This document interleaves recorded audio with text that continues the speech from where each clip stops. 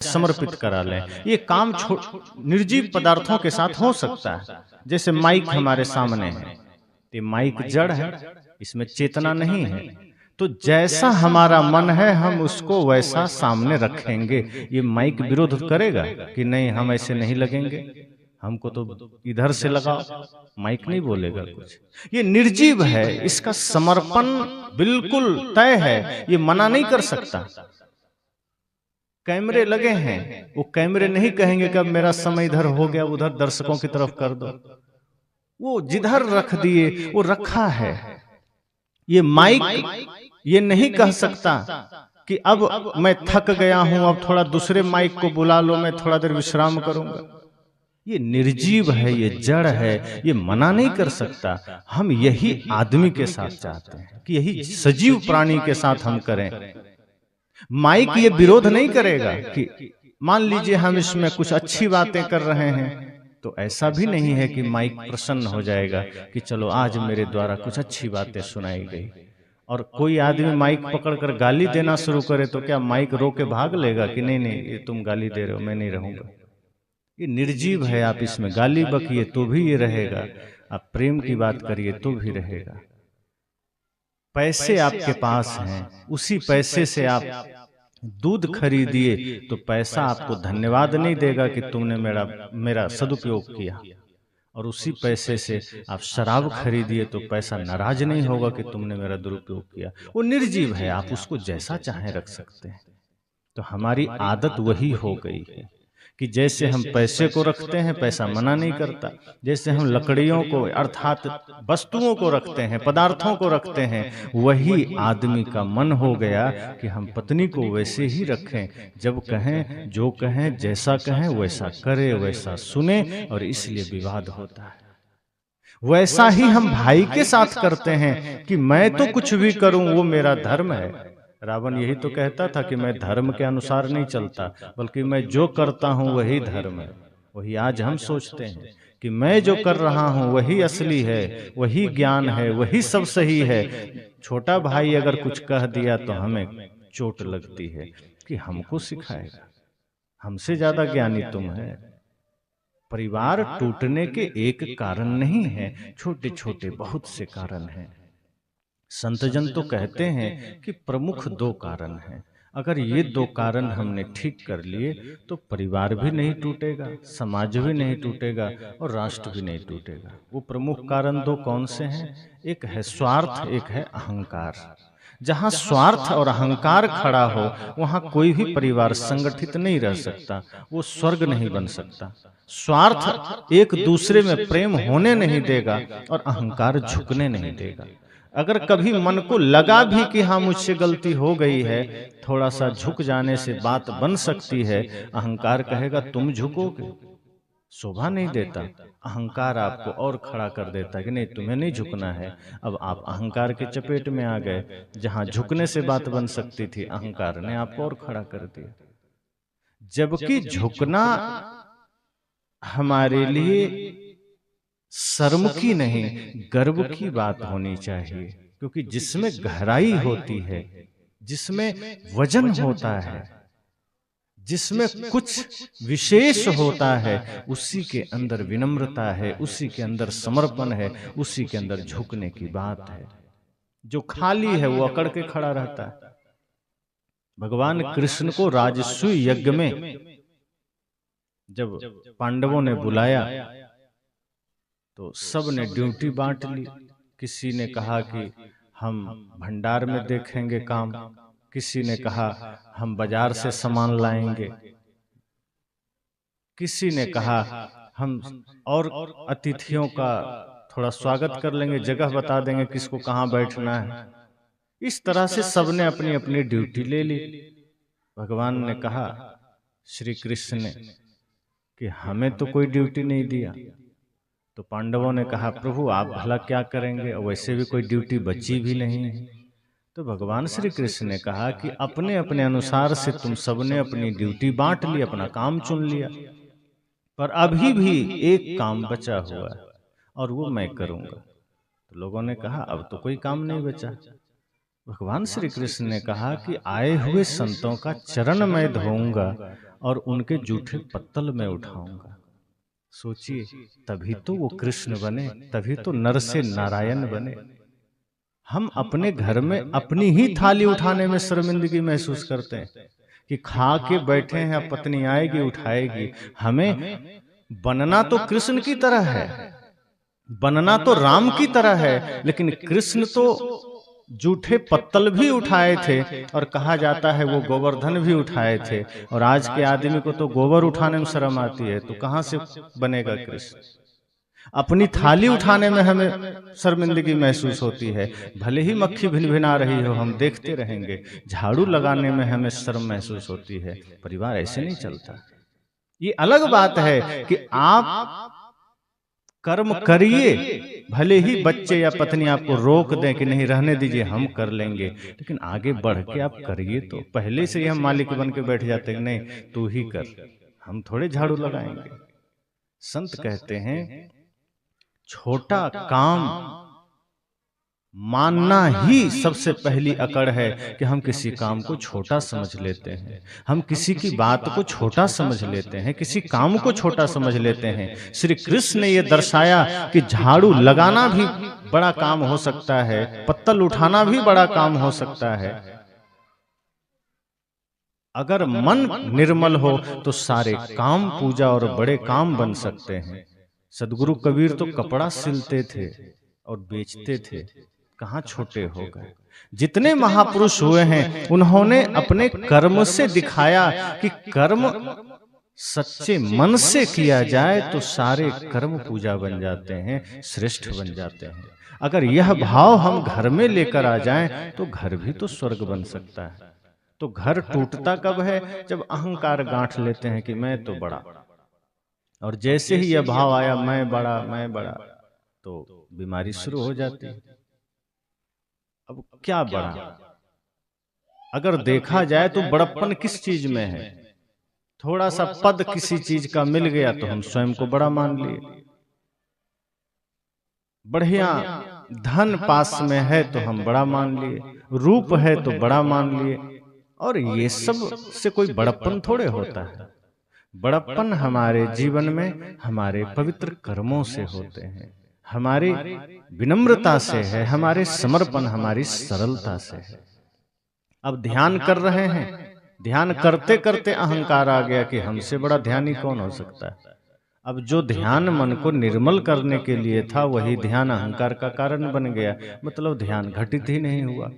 सत्संग करते करते अहंकार आ गया कि हम तो सत्संगी हो गए। तो सत्संग तो अहंकार मिटाने का काम करता है, सत्संग से ही अहंकार आ गया, मतलब सत्संग में भी चूक गए। इसलिए संत कहते हैं आज पारिवारिक जितनी भी समस्याएं हैं, जितने भी झगड़े हैं, वो सब स्वार्थ के कारण हैं, अहंकार के कारण है। स्वार्थ इस मामले में बढ़ गया है, इतना ज्यादा बढ़ गया है कि आदमी अपने सिवा दूसरे को देखता ही नहीं है। माता पिता को भी नकार देता है कि कोई चीज है तो बस अपने को मिलना चाहिए। भाई से तो दूरी बन ही गई। एक आदमी तो कहता ही है कि कलयुग में भाई से कभी मित्रता हो नहीं सकती, भाई के साथ हम रह नहीं सकते। ये कलयुग का प्रभाव है। संत ने कहा ये कलयुग का नहीं, तुम्हारे गंदे मन का प्रभाव है। वरना आज भी लोग सतयुग की भांति जीते हैं। ये मन में धारणा ही बन गई कि भाई है मतलब बंटवारा होगा ही, भाई है मतलब उस के साथ हम रह ही नहीं सकते। और ये सारी समस्याएं आती स्वार्थ से है, अहंकार से है। एक संत एक घटना सुना रहे थे। दो भाइयों की घटना थी कि दो भाई थे।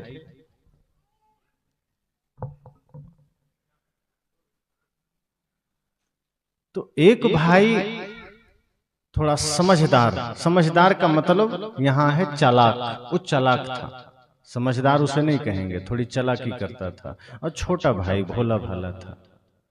तो अवस्था बड़ी हो गई दोनों की, माता पिता भी गुजर गए, दोनों की भी उम्र बढ़ गई।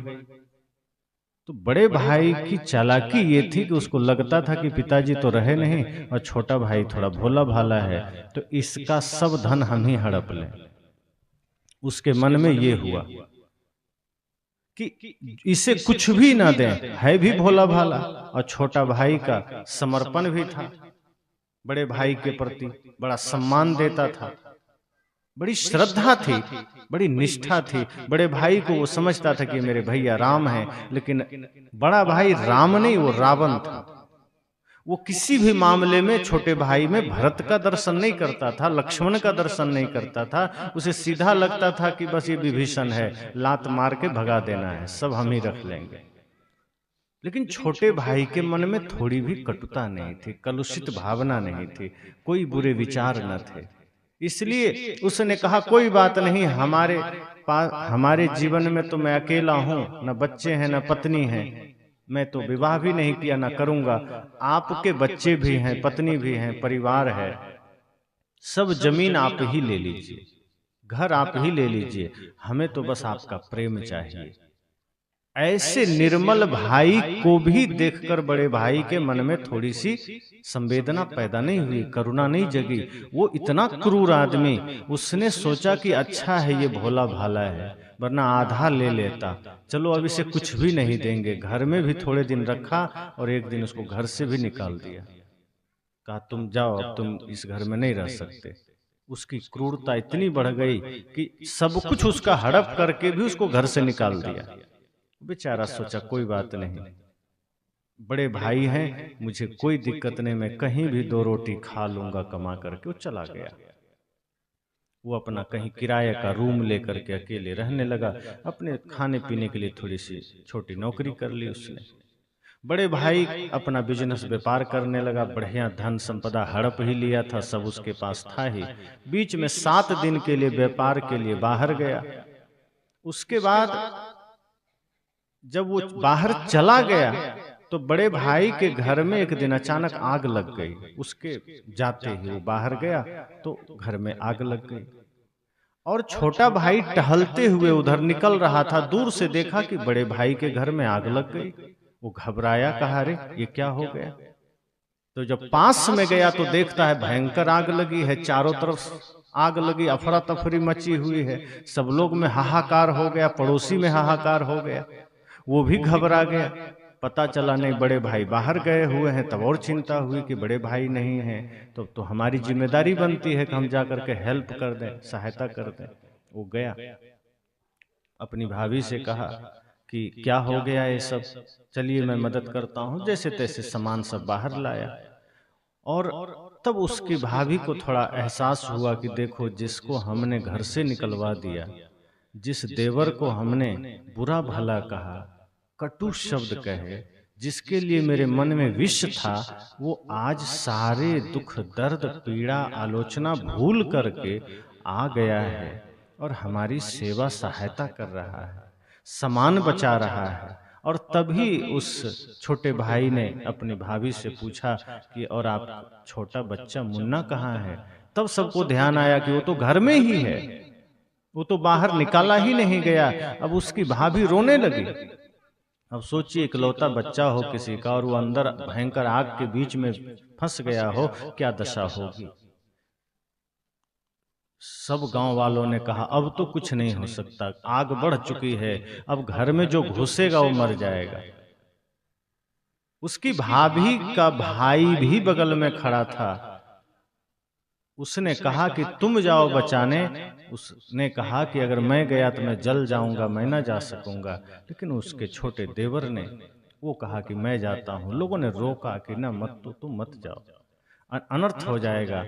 अब न सामान बाहर आ सकता है, न वो छोटा बच्चा आ सकता है, और जो जाएगा वो तो नहीं ही आ सकता है। फिर भी उसने हिम्मत किया कि मेरे रहते हुए बड़े भैया की अनुपस्थिति में अगर मुन्ना को कुछ हो गया तो ये कलंक लेकर मैं नहीं जी सकता। उससे अच्छा न्यौछावर कर दें हम भले ही प्राण को, लेकिन बचाने का प्रयास तो करेंगे।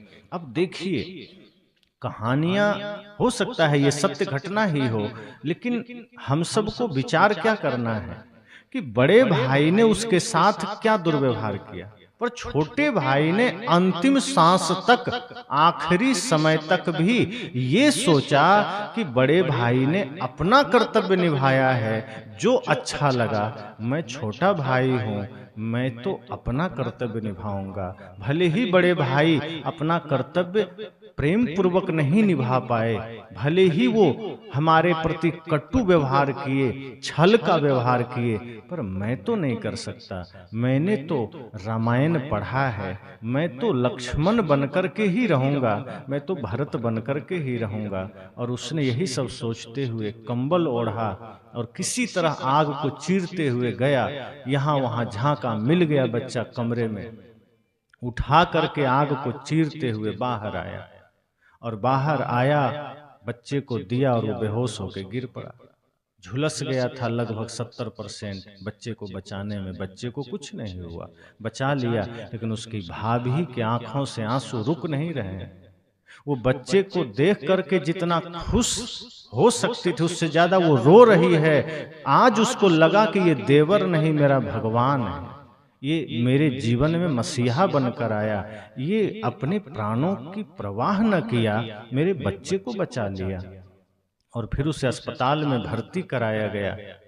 डॉक्टर जांच करके उसकी चिकित्सा में लग गए। धीरे धीरे चिकित्सा शुरू हुई और तब उसका बड़ा भाई जब लौटा तो गई पत्नी लेने स्टेशन। तो जब भाई गाड़ी में बैठा तो पत्नी क्या कहती है कि चलो आज मंदिर चलते हैं। तो बड़े भाई ने कहा तुम तो पहले कभी मंदिर नहीं जाती थी, आज मंदिर की बात, कहाँ आज मंदिर चलेंगे। उसने सोचा 2-4 मिनट के लिए ले जाएगी, चलो कोई दिक्कत नहीं, चलते हैं, क्या दिक्कत है।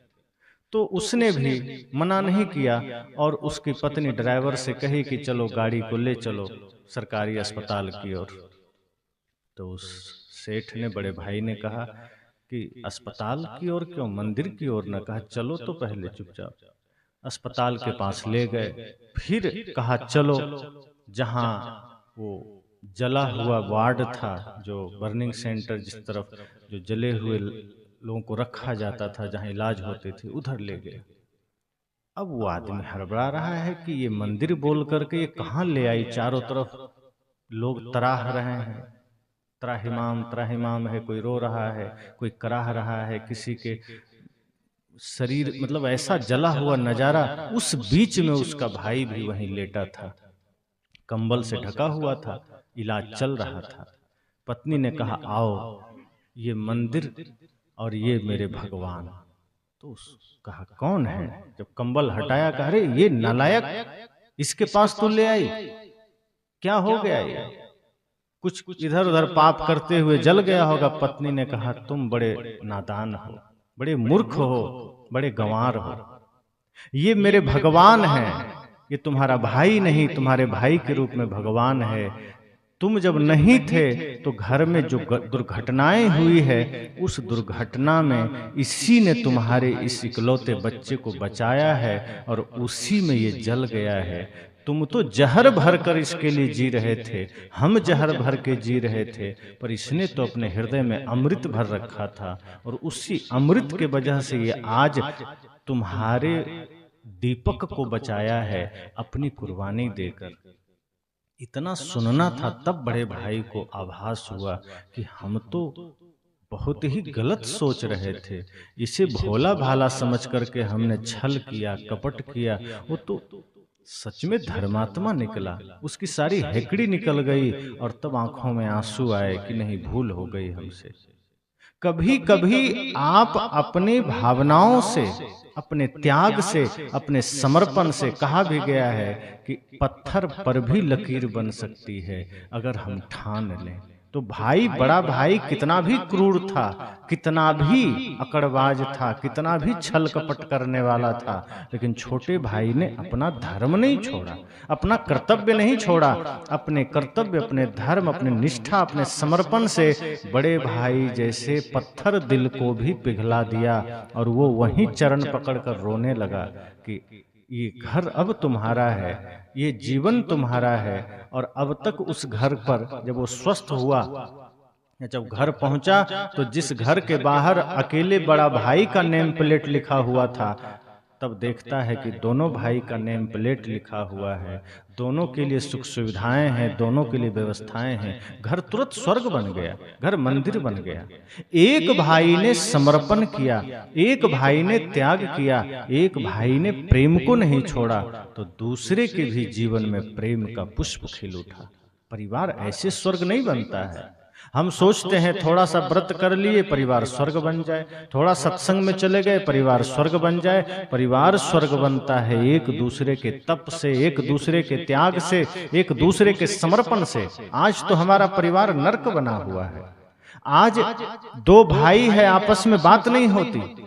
बड़ा भाई घर आया, खा के निकल लिया, बाद में छोटा भाई आया, वो खा के निकल लिया। ऐसा मालूम पड़ता है घर नहीं होटल है। जैसे होटल में जाते हैं, खाते हैं, बिल चुकाते हैं, निकल जाते हैं। घर घर कहाँ रहा।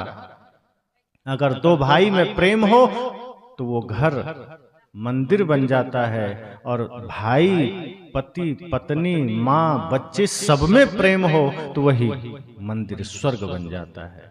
इसलिए संत कहते हैं कि अगर आज परिवार में शांति नहीं है तो इसका कारण इतना है कि आप खुद शांति से जीने का कोई उपाय नहीं करते। उपाय करते भी हैं, बाहर बाहर करते हैं।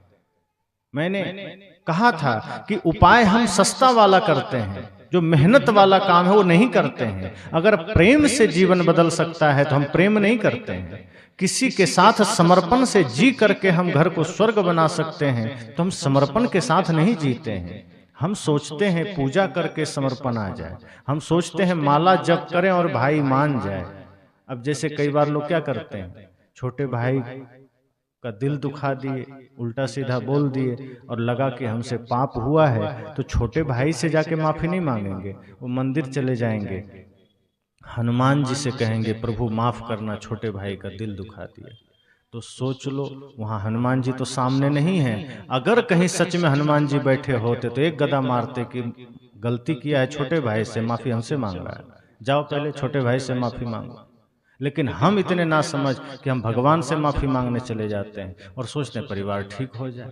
हम किसी का दिल दुखाते हैं, उससे तो कभी माफी नहीं मांगते। हम किसी के साथ बदसलूकी करते हैं, उससे माफी नहीं मांगते। हम सोचते हैं कोई बात नहीं, मंदिर में जाके 2 नारियल चढ़ा देंगे। जैसे कि भगवान एजेंट है दूसरे का, कि वो जाके उनको समझा देंगे कि भैया वो हमको नारियल दे दिए, तू मान जा। ऐसा होगा क्या? भगवान बीच में थोड़े कोई काम करेंगे आपका कि आप कुछ कर दें किसी के साथ और भगवान जाके समझा देंगे। ऐसा नहीं होता, क्योंकि जिसका दिल आपने दुखाया है सच में भगवान उसके हृदय में बैठा है। और अगर उस भगवान को आपने चोट पहुंचाई है तो मंदिर का भगवान फिर कुछ नहीं कर सकता।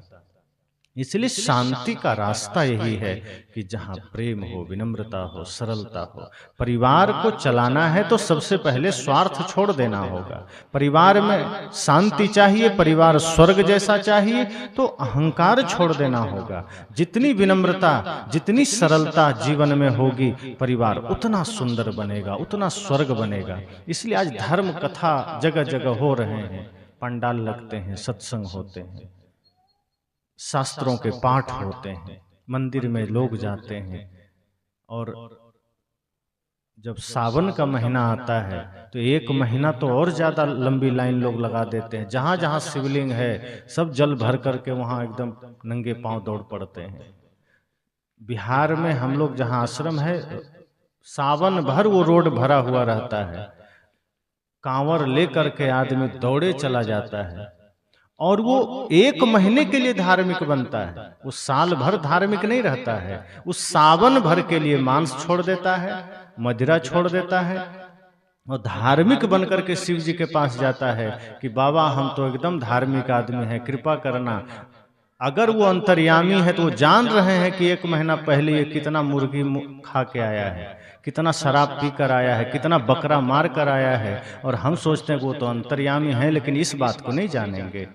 अगर आपको लगता है कि वो भोले भाले हैं तो फिर आप उनको बेवकूफ बना रहे हैं, फिर तो भगवान को ही बेवकूफ बना रहे हैं।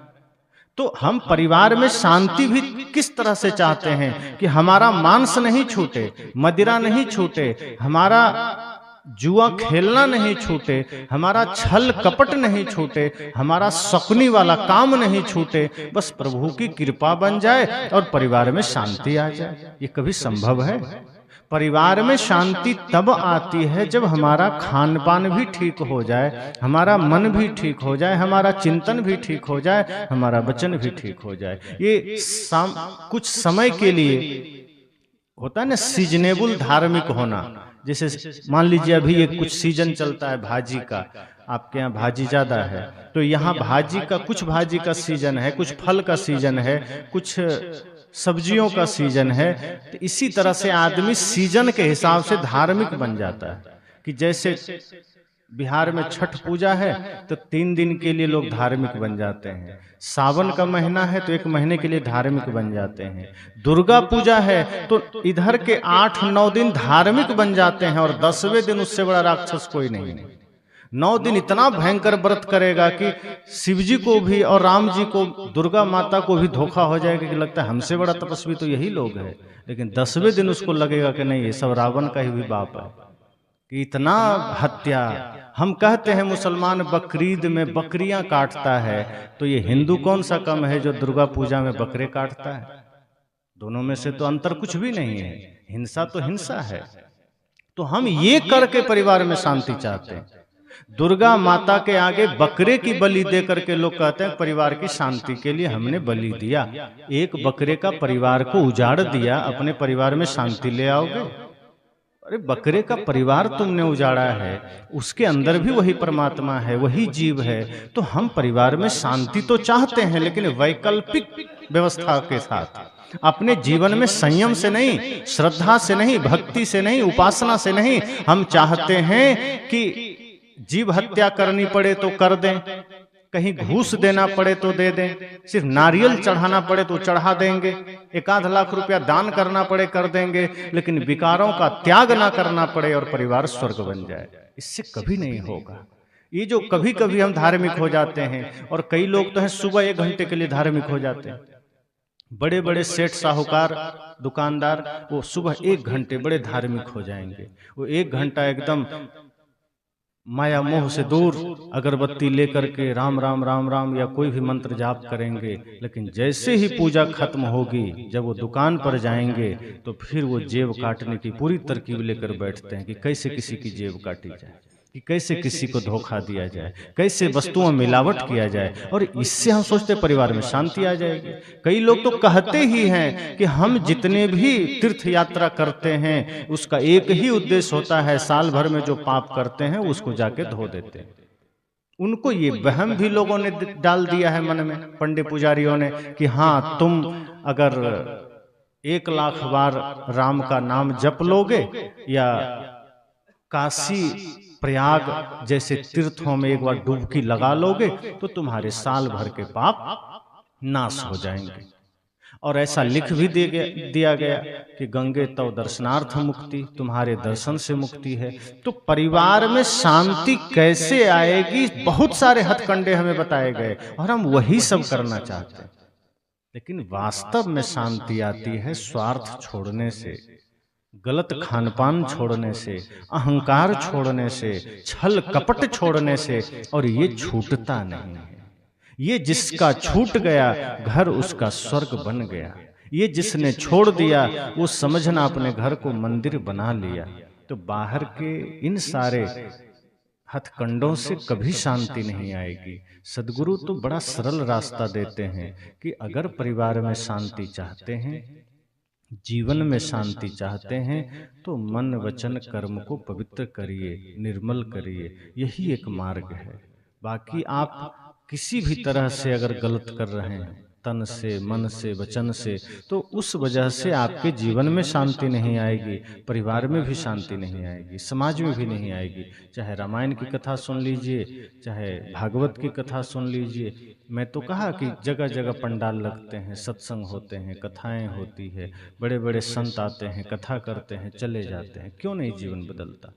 क्योंकि सही राह दिखाने वाले कम हैं। सही राह दिखाने वाले अगर आपको सही रास्ता दिखा गए, तभी कोई आ गया नकली धर्म गुरु। वो कहता है कि नहीं नहीं, ये फिजूल है, इतना टाइम बर्बाद करने की जरूरत नहीं है, इतना पढ़ने की भी जरूरत नहीं है, बस बेलपत्र लेना, शहद लगाना, शिवलिंग में चिपका देना, एकदम फर्स्ट डिवीजन से पास हो जाओगे। अब आपको लगता है इससे बढ़िया उपाय क्या होगा? पहले वाले गुरुजी तो बहुत लंबा चौड़ा कहानी बता के, उतना कौन करेगा? टाइम है, कौन मांस मछली का त्याग करे, कौन बच्चे को पढ़ाए, और बेचारा खुद का बेटा फेल हो गया कहते कहते। तो ये चीजों से हमें मन में लगता है कि यही ठीक है। बड़े बड़े धर्म गुरु आपको बता दिए आपके पाप कटेंगे नहाने से, व्रत करने से, नाम लेने से, मंदिर जाने से। अब इस तरह से मन को भरमा दिया गया कि आदमी वही काम करने लगता है। एक जो मूल में समस्या है उस पर हमारा ध्यान नहीं जाता है। तो इसलिए मैंने कहा कि सत्संग आपको ये राह दिखाता है कि यहां वहां भटकने की जरूरत नहीं है। सत्संग सिर्फ आपको जागृत करता है। सदगुरु कबीर की परंपरा में कोई भी संत आपको ये नहीं कहेंगे कि मेरी शरण में आ जाइए, मैं आपको मोक्ष दे दूंगा। और ऐसा कोई भी कहता है तो उसको एक नंबर का धूर्त समझना। किसी के जेब में मोक्ष नहीं है। सच्चे गुरु वो होते हैं जो आपको ये कहे कि मैं सिर्फ आपको मुक्ति का सूत्र दे सकता हूं, मैं आपको सिर्फ मुक्ति का मार्ग बता सकता हूं, चलना आपको है तब आप पहुंचेंगे, मेरा काम इतना है कि आपको मैं हाथ में दिया दे दूंगा। सच्चे गुरु बड़े ईमानदार होते हैं। वो आपको किस्से कहानी नहीं बताएंगे, वो हवा में उड़ने की बात नहीं करेंगे कि हाँ मेरे पास सिद्धियां हैं, मेरे पास ये है वो है, मैं तो आकाश में उड़ लेता हूं, मेरे गुरु तो ऐसे वैसे कमल फूल पर आ गए थे। ये सच्चे गुरु आपको भटकाएंगे नहीं। सच्चे गुरु स्पष्ट बोलेंगे कि आप अगर तप करेंगे, ध्यान करेंगे, मन वचन कर्म को निर्मल करेंगे, माता पिता गुरु एवं राष्ट्र में श्रद्धा रखेंगे तो आप इंसान बन जाएंगे और फिर आप भगवान भी बन जाएंगे, आपके पाप भी कट जाएंगे। और अगर आपको लगता है कि किसी नाम को जपने से पाप कटेंगे तो ये संभव नहीं, कोई उपाय नहीं है। तो ईमानदार गुरु से अगर आप मिलते हैं तो आपके जीवन में शायद परिवर्तन आ जाए। बिना मेहनत के कुछ नहीं होता। अभी जितने लोग बैठे हैं इसमें से अधिकांश किसान वर्ग के लोग हैं। आप खुद सोचिए, आप अपने धान खेत में जाइए और वहां बैठ करके माता अन्नपूर्णा और लक्ष्मी देवी का वंदना करिए 2-2 घंटा रोज, तो कितना धान हो जाएगा खेत में।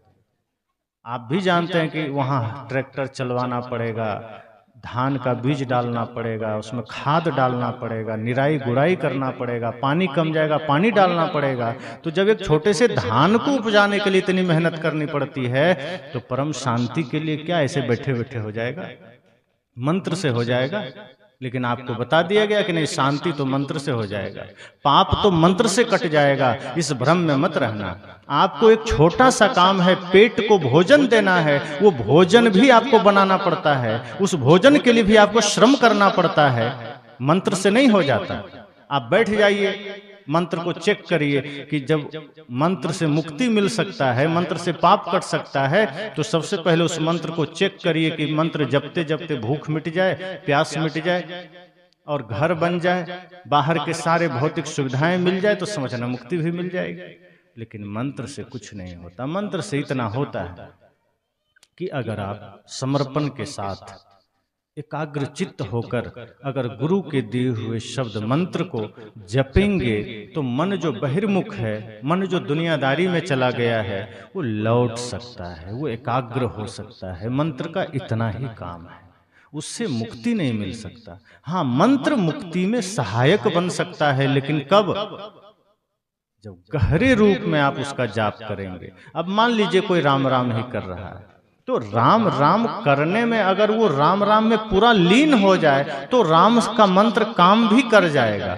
लेकिन आज किसी ने कह दिया राम जपो, तो हम उसको ड्यूटी समझ लिए और ड्यूटी समझ करके सोचते हैं 1 घंटा में किसी तरह हजारों बार राम राम कह ले, काम बन जाएगा। अब मन में चल रहा है रावण रावण, दुकान दुकान, परिवार परिवार, अब मुख में चल रहा है राम राम राम राम। अब दोनों में कोई कनेक्शन नहीं है। तो जब कनेक्शन ही नहीं है, मन कहीं और चल रहा है, मुख में कुछ और चल रहा है, मुख कछु और हृदय कछु आना, तो फिर बात नहीं बनेगी। राम राम भी कहना है तो इतनी एकाग्रता से कहिए, लंबी गहरी श्वास लेते हुए श्वासों के साथ जब कहिए राम, तो राम कहते कहते सब तरफ से आपका चित्त हट जाए, मन हट जाए और उस राम में पूरी चेतना केंद्रित हो जाए, तब शायद लाभ मिल जाएगा, तब शायद आपको उसका आनंद मिल जाएगा। लेकिन आज हमने गुरु के दिए हुए मंत्र को भी सिर्फ ड्यूटी समझ के लिया है। गुरु ने कोई मंत्र दे दिया कि जाओ इससे पाप कट जाएगा, तो हम सच में उसी भाव से लेते हैं कि लेना ही तो है, मन चाहे कहीं रहे। लेकिन मंत्र का उद्देश्य सिर्फ मुख से बाहर निकालना नहीं है, मंत्र के साथ साथ मन भी उसमें लीन हो जाए, मन भी उसमें समर्पित हो जाए, तब बात बनती है। और कोई भी मंत्र हो, वो इतना ही करता है कि आपके मन को एकाग्र कर देता है, मन को शांत कर देता है। और जो ईमानदार गुरु होते हैं वो यही कहते हैं कि चलना तुम्हें है।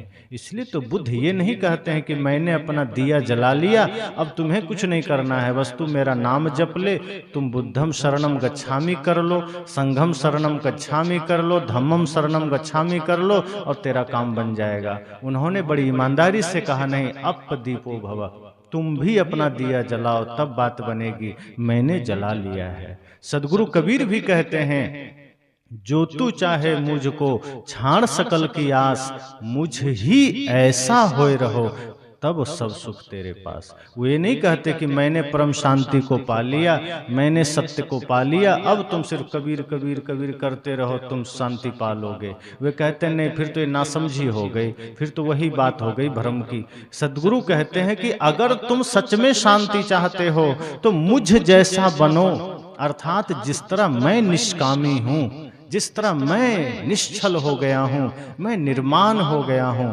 मैं निष्कपट हो गया हूं, जैसे मेरे जीवन में कोई स्वार्थ नहीं, कोई कामना नहीं, कोई छल नहीं, कोई कपट नहीं, परम शांति, परम आनंद, सत्य, अहिंसा, प्रेम, करुणा के शिखर पर जैसे मैं खड़ा हूं, ऐसे ही अगर तुम भी अपने जीवन में निष्कामता को धारण कर लेते हो, निश्चलता को, निस्वार्थ भाव को, तो तुम्हारे पास भी सारा सुख है, सारी समृद्धि है, वरना नहीं आएगी। तो जो सच्चे गुरु हैं वो आपको सच्ची बात बताते हैं, वो नहीं बताएंगे कि हाँ तुम कहीं भी कुछ करो काम बन जाएगा, बिल्कुल नहीं। तो मैंने कहा कि परिवार में अगर अशांति है, मन में अशांति है, जीवन में अशांति है, तो ये बाहर के कृत्यों से नहीं मिटने वाला है कि हम बाहर कुछ करते रहें, इधर मन कुछ और करता रहे, कि मंदिर में जाके ओम जय जगदीश हरे करें और भीतर भीतर चले कि किसको लूटना है, किसके साथ छल करना है, किसके साथ कपट करना है, कि बाहर से पूजा और भीतर शकुनी का कपट जाल नहीं चलेगा, बाहर से पूजा और भीतर मंथरा की चालें नहीं चलेगा, बाहर से राम और भीतर से रावण बिल्कुल नहीं चलेगा। सदगुरु कहते हैं अगर राम जैसा आचरण तुम्हें बाहर दिखाना है तो भीतर भी राम का आचरण हो जाए, भीतर भी वही, बाहर भी वही, फिर कोई दिक्कत नहीं। फिर समझना कि आपके जीवन में शांति आ जाएगी, परिवार में शांति आ जाएगी। परिवार के बिखराव का कारण कोई ईंटें पत्थर नहीं है, घर में कोई समस्या थोड़े है, झोपड़ी में भी आनंद आ सकता है, लेकिन आदमी ठीक हो जाए, आदमी का मन ठीक हो जाए। हम तो घर को सोचते हैं घर में ही दोष है, घर के वस्तुओं में दोष है, घर में क्या दोष है? आपके झगड़े का कारण ईंटा पत्थर थोड़े है, वो बालू सीमेंट नहीं है, वो तो आपने लगा दिया, वो आपकी सुरक्षा के लिए खड़ा है।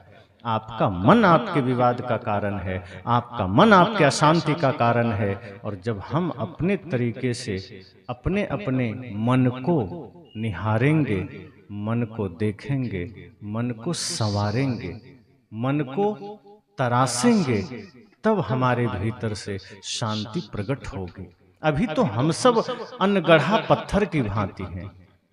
किसी ने कहा तो हम बाहर बाहर कर लिए, लेकिन हमने स्वयं को गढ़ा कहाँ है? आप सड़कों में देखिए, किनारे बड़े बड़े कहीं पत्थर आपको मिल जाएंगे, तो कहाँ उसकी पूजा है, कहाँ उसकी प्रतिष्ठा है? सड़कों के किनारे पड़े हुए पत्थर का कोई महत्व नहीं है, कोई उसका बहुत बड़ा लाभ लोगों के लिए नहीं है। उसको लोग समझते हैं तो पत्थर है, टुकड़ा है, ये तो किसी को ठोकर का ही काम कर सकता है। उस पर कभी आप थूक भी दे रहे हैं, उस पर जानवर टट्टी पेशाब भी कर दे रहे हैं, उसका कोई महत्व नहीं है। लेकिन कभी किसी कलाकार की नजर पड़ जाती है किसी पत्थर पर और घर ले आता है, छेनी हथौड़ी से तोड़ तोड़ करके उस पत्थर को राम का रूप दे दिया, कृष्ण का रूप दे दिया, गणेश का रूप दे दिया, कबीर का रूप दे दिया। वही पत्थर जो कल तक गलियों में थूक खा रहा था, जानवरों के टट्टी पेशाब झेल रहा था, धूल झेल रहा था, आज किसी मूर्तिकार की नजर पड़ी, छेनी हथौड़ी की चोट सहा उसने और अब वो मंदिर में पूजनीय हो गया, भगवान हो गया। हम सब भी तो अनगढ़ा ही हैं, हम सब भी तो इस संसार के किनारे जहां तहां पड़े हुए हैं, इसलिए तो अशांति है, इसलिए तो समस्याएं हैं। सदगुरु रूपी मूर्तिकार की नजर पड़ी, उन्होंने ठोकना चाहा, हम भाग के खिसक गए कि नहीं, हम तो नहीं सहेंगे चोट, हम तो सस्ता सौदा चाहेंगे, हमें ये मंजूर नहीं है, हमें माता पिता गुरु की सेवा नहीं करनी है, हमें तो मंत्र दे दो कि जाप करके उतना फल मिल जाए जो असंभव है। जाप से फल नहीं मिलता, जाप से थोड़ी देर के लिए मन रुकता है, शांत होता है।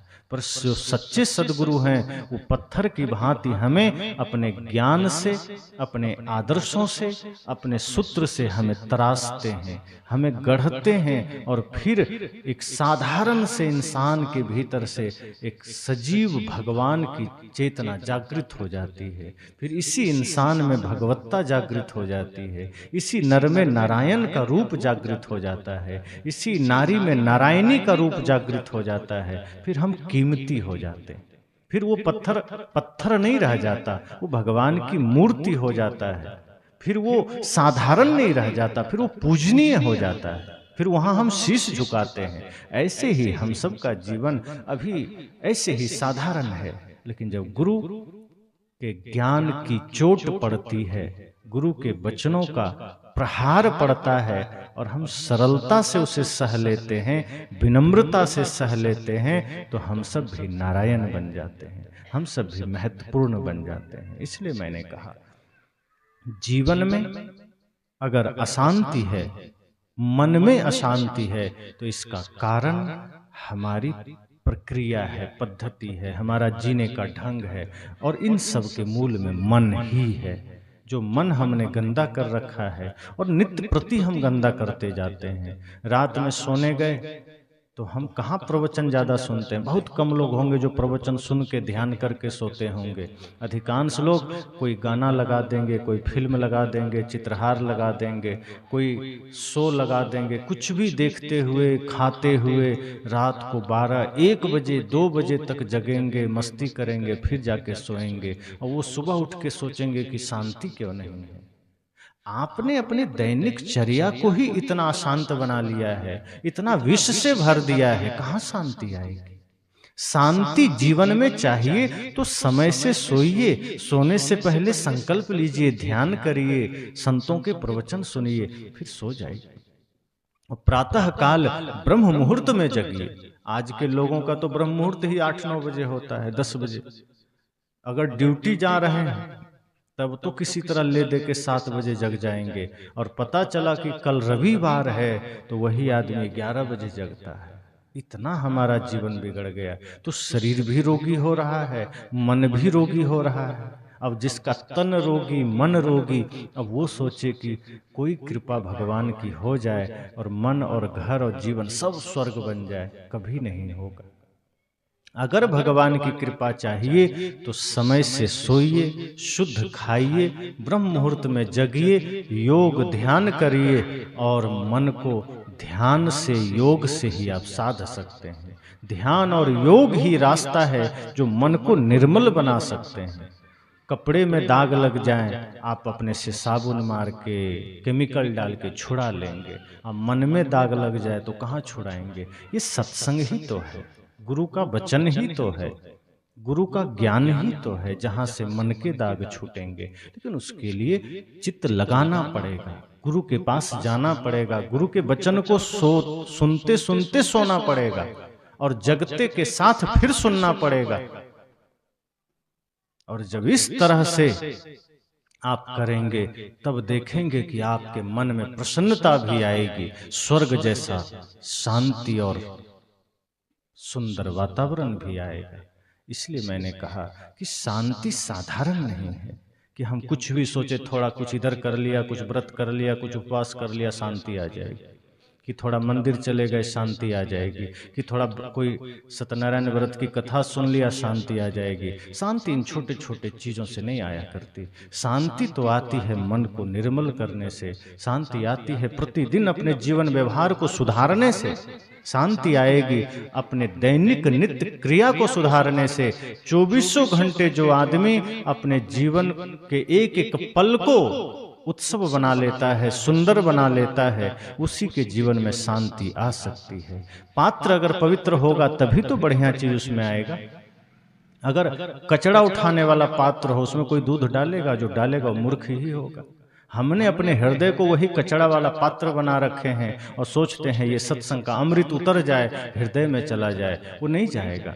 पात्र सही होना चाहिए, समर्पण सही हो, लगन सही हो, तो जीवन में, परिवार में, समाज में, राष्ट्र में शांति का यही साधन है, उपाय है। बस।